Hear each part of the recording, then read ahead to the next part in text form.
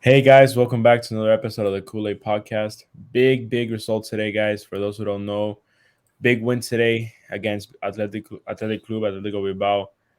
Massive 3 points ahead of a Clasico. But before all of that, I'd like to introduce my co-host Elias. You guys know him. What's up, Uh, guys? as you guys know, we always post a link on Twitter, and you guys can join the session. Give your thoughts, give just whatever you guys think about the game, your reaction. You guys can come in and join. But without any further ado, Elias, what was that game today? And first of all, before we say anything, we need a statue of Ter Stegen outside of Camp Nou. Monster performance from Ter Stegen. Guys, this is the reason why our defense is so solid. Like, credit to our defense, Kunde, Araujo, etc., Balde, etc. But Ter Stegen, guys, Ter Stegen is an absolute wall in the back.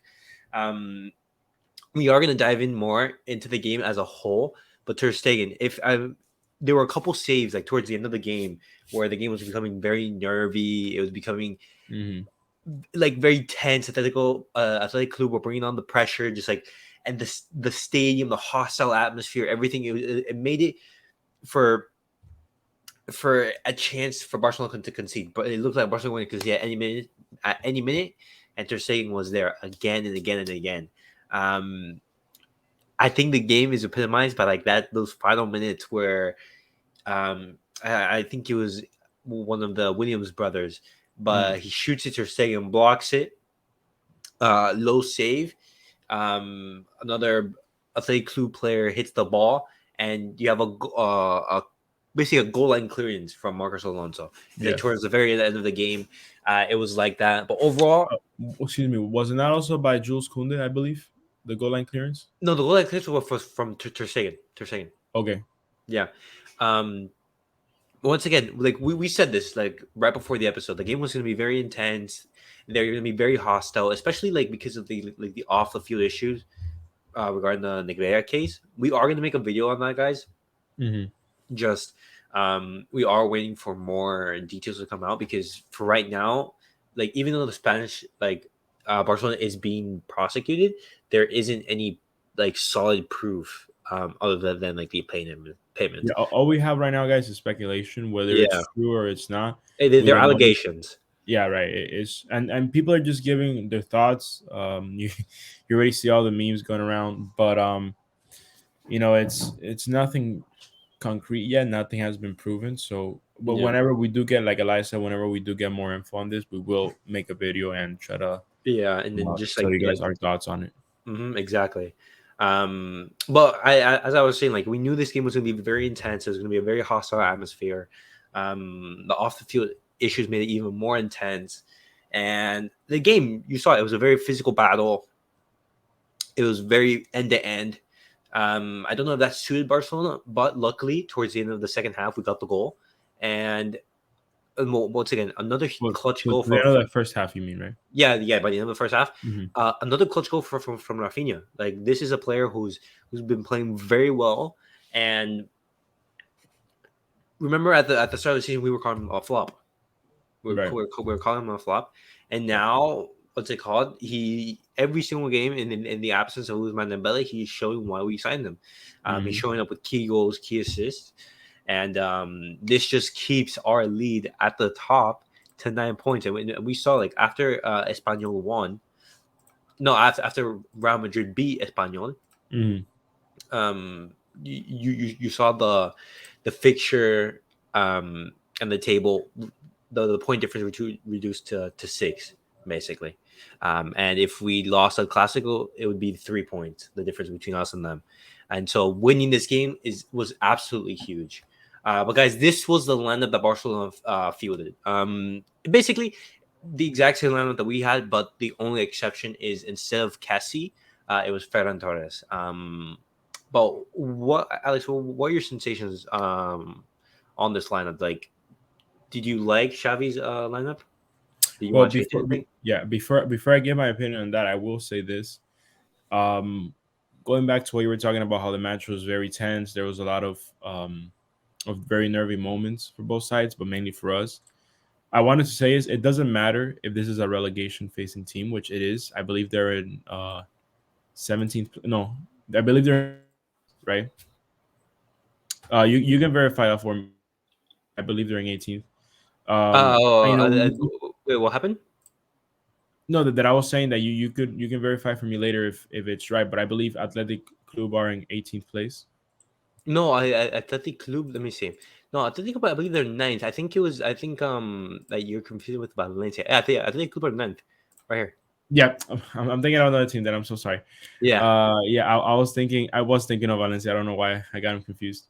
And they're 17. But be that as it may, we knew that it's a very difficult team to play. It's a very stubborn team, and we saw today that despite their poor form as of late, they it's a team that can surprise you. They have a lot of pace behind the William brothers Mhm. and a lot of Yeah. skill overall, a lot of talent. Um, but yeah, we went into this game with the hope of getting the 3 points, and that's what we did today. And like you said, the defense today was good, but the star of the show was Ter Stegen.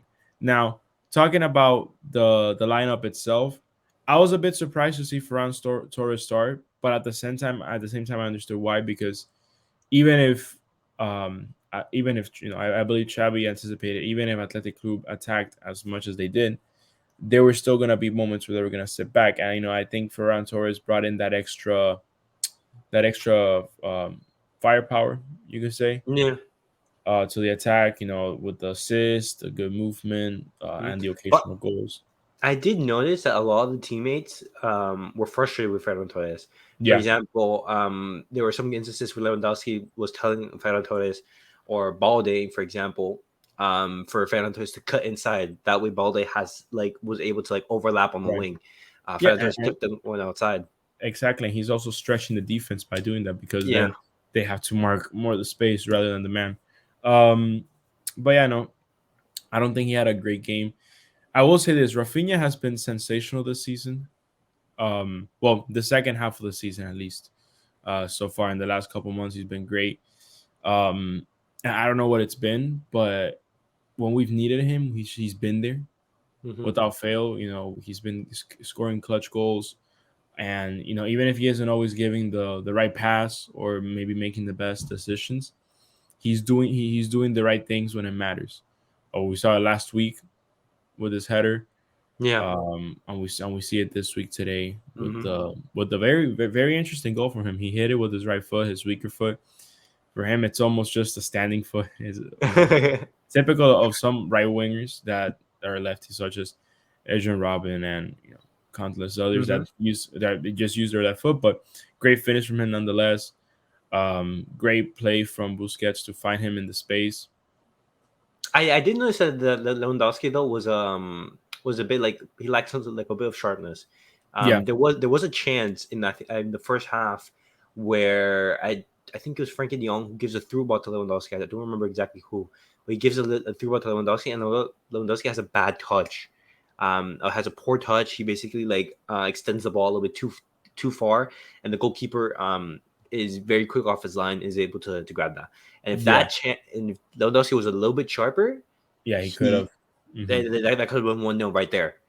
I also feel like the reason why we haven't been seeing Lewandowski shine as much lately, I feel like a big component is missing Pedri, but also missing. I think the big part is missing Dembele. Yeah. We see that they have really good goal combination numbers, and the reason is because Dembele is the real change of pace we have down the right side. Rafinha is not a slow player; he's got some pace to him, but he's not Dembele. Dembele is that guy's like an F1 car. But yeah, we see how impactful he is, and I will say this. I will ask you this actually. How do you see Xavi using his wingers when when Dembele gets back to playing regularly for the team? No, when Dembele gets back to the team, I think he's going to go back just like how it was in the Super Copa. I think his ideal lineup is with that four-man midfield with Usman Dembele over there, and Rafinha is going to be coming off the bench. Now, I don't see this as like a long-term option, just because when you think about it in the summer, are we going to stay with this three-man or no, with this four-man midfield?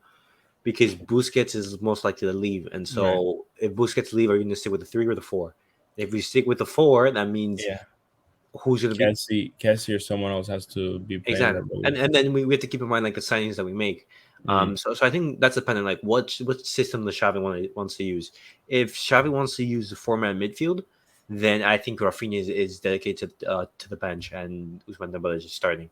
Even though as much as great as Rafinha has been, you can just tell the difference in quality with Ousmane Dembele. He just offers something different to the team.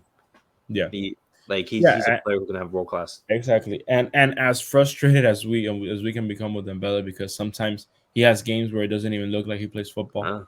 Uh, But that guy's just so talented. When he's on, when he's mm-hmm, concentrated, I don't know what it is. He's otherworldly. But I wanted to ask you, so we can move on to other parts of the discussion. Do mm-hmm. you see Xavi at some point, if he does go back to the classic 3-man midfield, excuse me, in using Dembele as a left winger? Because I think he's capable of it. I just think that he's being a bit stubborn, maybe only playing on the right side.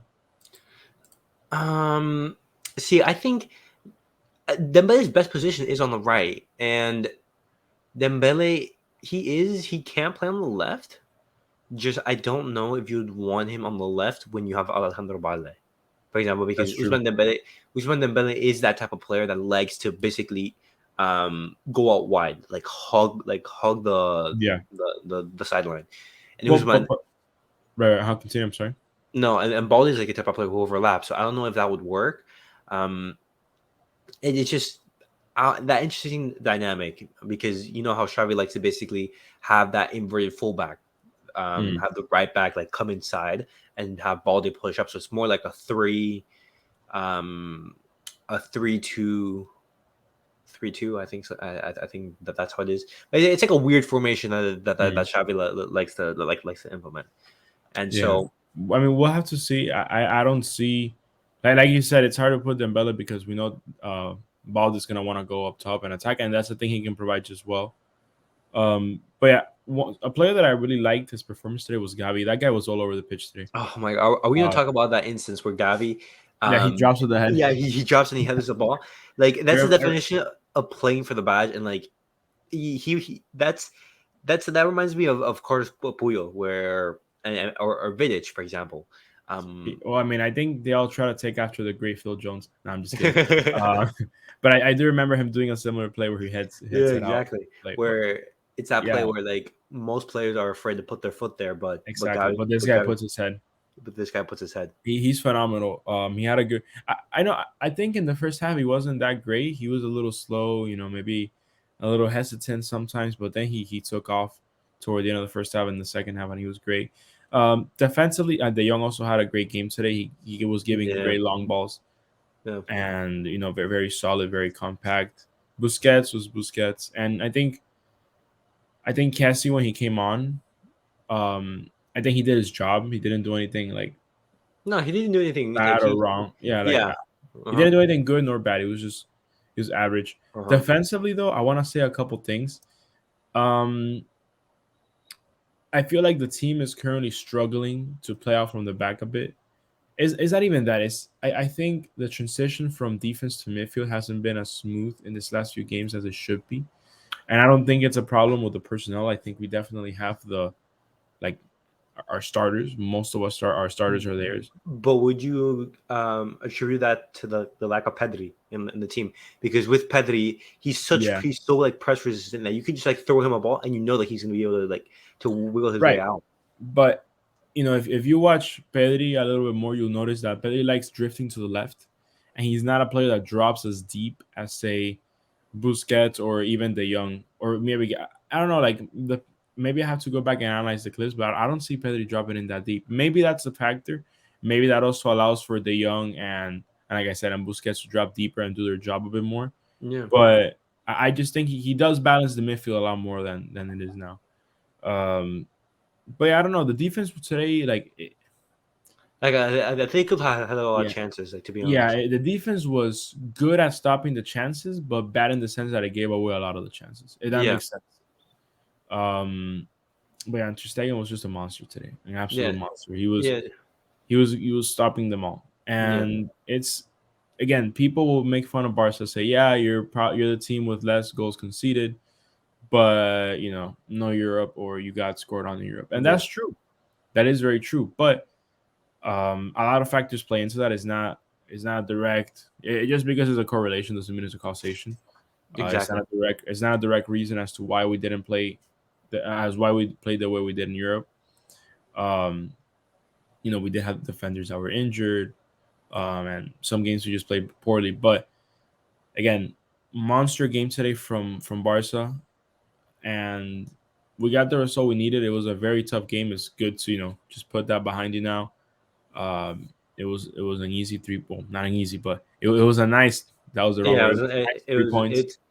it's a massive 3 points It's a because massive 3 points for it's a sure. massive it's massive 3 points because we're going to a very tough stadium where Barcelona don't get results. This is a very tough stadium Mm. where we know it's going to be very difficult. It's going to be very intense, very hostile atmosphere, and especially with Real Madrid winning and the fact that we have El Clasico next week, the importance of these 3 points was we needed them more than ever.